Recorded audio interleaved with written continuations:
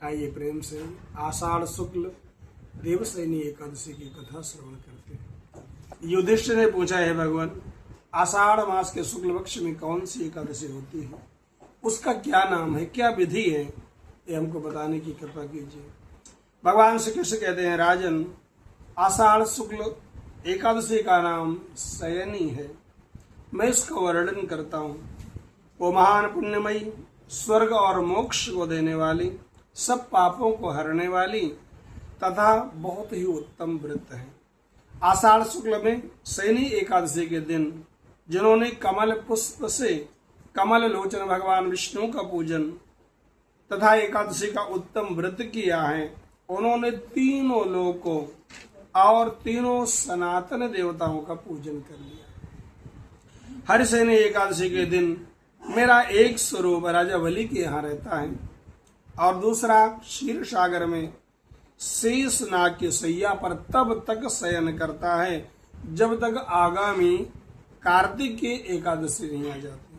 अतः आषाढ़ शुक्ल एकादशी से लेकर कार्तिक शुक्ल एकादशी तक मनुष्य को भली भांति धर्म का आचरण करते रहना चाहिए। जो मनुष्य इस व्रत का अनुष्ठान करता है वह परम गति को प्राप्त होता है। इस कारण यत्न पूर्वक इस एकादशी का व्रत करना चाहिए।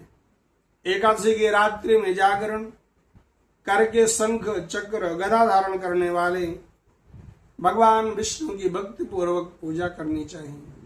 ऐसा करने वाले पुरुष की पुण्य की गणना करने में चतुर्मुख ब्रह्मा भी असमर्थ हैं। राजन, जो इस प्रकार भोग और मोक्ष को प्रदान करने वाली सर्व पापहारी एकादशी की उत्तम व्रत का पालन करता है, वह जाति का चांडाल होने पर भी संसार में सदा मेरा प्रिय होता है।